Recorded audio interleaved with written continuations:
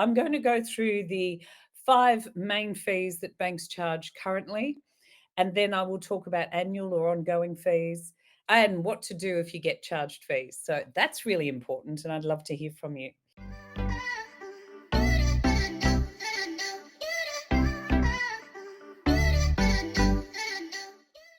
Here from the Property Education Company. This week we are talking about demystifying loan fees and charges. Now, it's really interesting about loan fees and charges.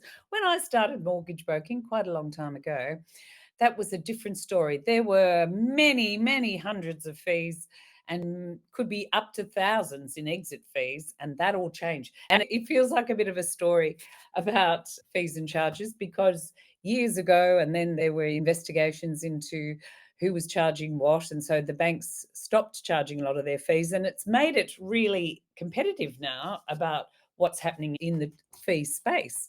So a long history and background, but I'm going to go through the 5 main fees that banks charge currently, and then I will talk about annual or ongoing fees and what to do if you get charged fees. So that's really important, and I'd love to hear from you. So application or establishment fees. Now, very few lenders charge these upfront anymore. Some will waive an application fee under a professional package application. So when you're paying an annual fee or an ongoing fee, they waive the application fee.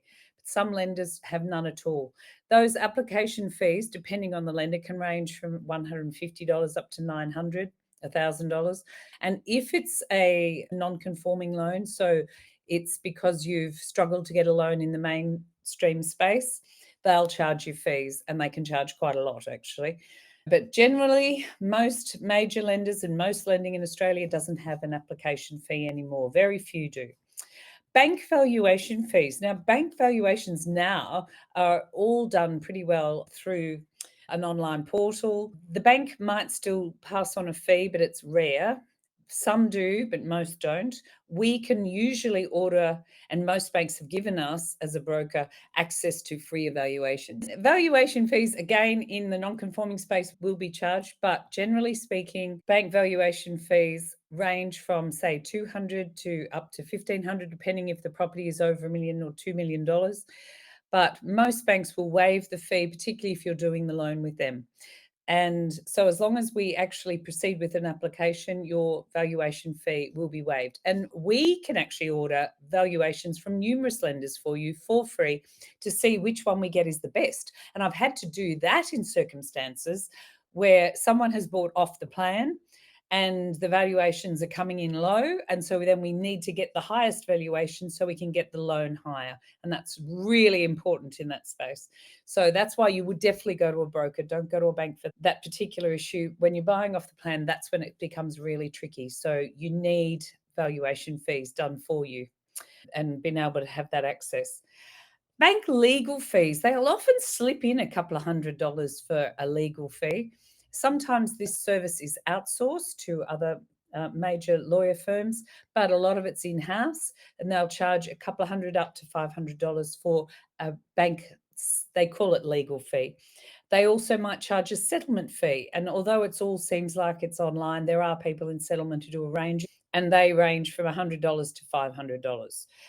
Finally, loan discharge fees. They might charge you $100 or $150, $200, $500, depending on the bank, to discharge a loan as well, or from another way. So the 5 fees, I'll just reiterate, were establishment fees, so rarely charged. Bank val fees, we usually can get them waived. Bank legal fees, you occasionally get them. Bank settlement fees, yes, you will pay a couple of $100, but that's usually all. And loan discharge fees, yes, you might pay when your actual loan is done. Annual fees came in years ago. Instead of having an application fee of $600 or more, they introduced what was called a professional package fee, and it was supposed to be for those in professions like lawyers or accountants. And then they opened it up to everyone because, the banks thought this is clearly a moneymaker. We'll charge everyone an annual fee. And so the fee usually started around like $250, $249, I think is the lowest one around at the moment, through to $395 or $550, depending on the lender. And this is a great often service for people with multiple investment properties. They don't pay any extra fees but one package fee for the year. And if you had 10 properties with one bank, no fees at all. It's all under the one package fee. So it seems like then it's quite good value. But for most people, of course, you don't use that many facilities in the lender. And under a package fee, the idea was that as a professional package, you got a professional person's discount. But then, of course, then they offered that discount to everyone. But you needed to ask for it and you needed to make sure you got the better discount. And that's another reason why you might ask a broker to go into bat for you on your behalf to see how far we can push them, because we're more likely to know what's available and give you them a better comparison and get you that discount. And so there's still some lenders charging annual or professional package fees, and they will include a lot of things, like they will include an offset account, they will include a discount on your loan. It doesn't matter how many loans you have. You can have multiple offset accounts against the one loan or multiple offset accounts all over. So they can be very useful. But there's also other lenders will charge no fees at all, no establishment, no valuation, no nothing, no fees to get into the loan, no fees, settlement, anything, not even for construction. But they might charge you a $10 monthly fee for an offset account. So that's just worth having a look at too. Now, what's really interesting is extra fees are often charged on late payments, which, okay, so you might have missed just that month and missed putting your money in the account at the right time, and you're just a day or so late, and they've charged you $20 or more or $40 or whatever just because you're late. A really interesting fact is only 25% of people ever asked for that fee to be removed. And of course, if it ever happens to me, or if there's anything I ever get charged a fee, I'm ringing up and asking for it back. But I can strongly recommend you do the same. And if you're usually a good payer, if you're regularly poor at this, please, you know they're not going to help you. But if you're usually right on it and pay regularly and do all the right thing, ring them for sure and say, hey, I think it's a bit unfair. I'm usually on time and I just missed this once because I was away or whatever reason. And can you please waive the fee? And generally they will. And 87% of the people who ask had those fees removed. And what's even more interesting is couples are twice as likely as single people to request a refund on fees. So all the single ladies, I want you to get out there and do this and make sure that you ask for your fees back. Don't get stuck thinking you shouldn't ask or you shouldn't be stuck with that. I want you to get on it and have a go. Now, here's a great question. Thank you for this. What's the normal time needed from start to completion to obtain finance? For example, purchasing a house soon. Do I need a pre-approval? Yes, we would. And actually, thank you for asking that, because next week I'm actually going to be talking about loan pre-approvals and why it matters, because it really does help you. Generally, if you have your documents into us within 3 days, we can have your pre-approval within the next 3 days if everything is submitted and it's correct. But if you think, oh, this is going to be a little tricky and maybe I haven't got all my ducks in a row, start the process early with your broker so you can ask them, what do you need from me so I can get it ready? And give us 3 months warning. And we will then support you through that process along the way. So I would give it as long as you can. It never matters to us having an initial conversation with someone just to give them some warning on what is required, when it's required, so we can guide you in the right things to have ready at the right time.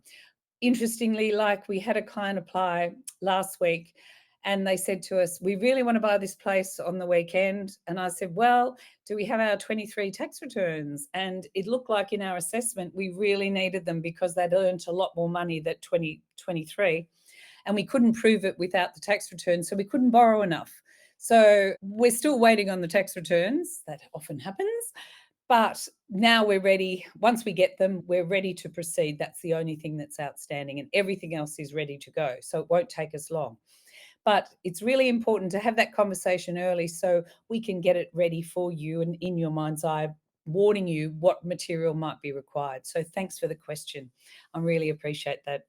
We've had some amazing people listening in, and I really appreciate my team in Cebu helping us with things I've got to say and talk to people about. Another good question. I'm worried about any hidden fees that may be attached to my loan. So a really good idea when you have a loan is to go to your loan contract and actually read it. And I know most people don't read it, but they highlight, and a lot of them look like War and Peace and all the fees, and you think, oh, when is that going to apply? That'll never apply. And most of them won't, but it is a really good idea. I often meet, actually out of interest, investors who have, I'll say, it looks like you've paid lender's mortgage insurance on that loan because you've borrowed over 80%. They'll go, oh, no, I didn't pay that. I said, yes, you did. Let me have a look at your loan contract. Sure enough, in the loan contract. And not only did they not realize that they had paid it, but they didn't realize they could potentially claim it as a tax deduction over the first 5 years of the loan. So really important to go through those loan documents and also tell your accountants what you've been doing and let them have a look at them too, so they can help pick up on things like that for you. All right, so thank you for listening in. I really, really appreciate it. It's Louise here from Property Ed. I want you to have a wonderful week. And the other exciting news, we've had some mega exciting news in our customer service, which I'm very proud of, but I can't just announce it just yet, but it's coming out very soon and we're really thrilled and we'll be letting you know as soon as we can. Have a wonderful week, everyone.